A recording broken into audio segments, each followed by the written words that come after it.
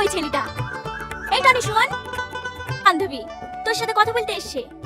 আমার সাথে আমার সাথে আবার কি কথা? তেমন কিছু না, তোমার গানের গলাটা খুব সুন্দর। কোথায় শিখেছো এমন গান?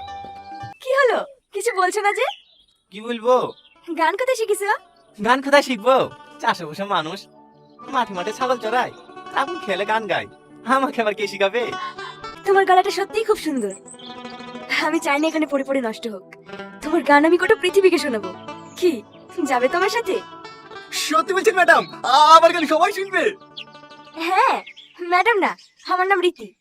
তুমি আমাকে বন্ধু বলতে পারো। বন্ধু? দাঁড়াও, আর তুমি ধরে দেখছো তুমি আমাকে এড়িয়ে চলছো। যেখানে যাচ্ছ সেখান থেকে পালিয়ে যাচ্ছ। কি হয়েছে বলো তো? কই কিছু হয়নি তো। তাহলে চলো, আজকে বিকেলে আমরা কলকাতা যাবো। আমি যাও না, তুমি চলে যাও। হেই হেই, চ চ। টনি, তুমি এরকম কেন করছো আমার সাথে? সত্যি করে বলো তো তোমার কি হয়েছে? কি বলবো তোমাকে? আমি গরিব, আমি কোনোদিন শিল্পী হইতে পারি? কেন বারবার মিথ্যে স্বপ্ন দেখাচ্ছ আমাকে? আমাদের মধ্যে ছেলে স্বপ্ন কোনোদিন সত্যি হয় না, স্বপ্ন স্বপ্নই দেখে যায়। তোমাদের হাত জোড় করছি, তুমি ফিরে যাও। গায়ে ঘর সামর্থ্য আমার নাই, আমি না খালি ঠিক আছে।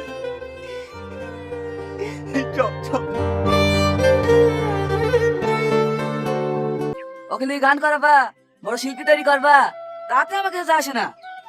কিন্তু মা চিকিৎসা করলে কি যে 40,000 টাকা ধার দিছে সে টাকা রেখে দেবে? চাচি, আমরা তো দেখছি 4 বছর ধরে একটা আপনাদের বাড়িতে কাজ করছে। ওটা কাজে শোধ হয়নি। এই মেয়েটা আবার কি বলছে? কাজ করে খায় না নাকি? ও হয়তো কথা বলে লাভ নাই। আমি 40,000 টাকা ফেলেও খালি যাও, আজকে তো বাজারে যাবো। এই লেন ধরেন, এটা বেচলে 40,000 টাকার বেশি হবে। এই রামেশা, যাও ওকে গঙ্গাধার থেকে ডেকে লেগা, আজকেই যাবো কলকাতায়।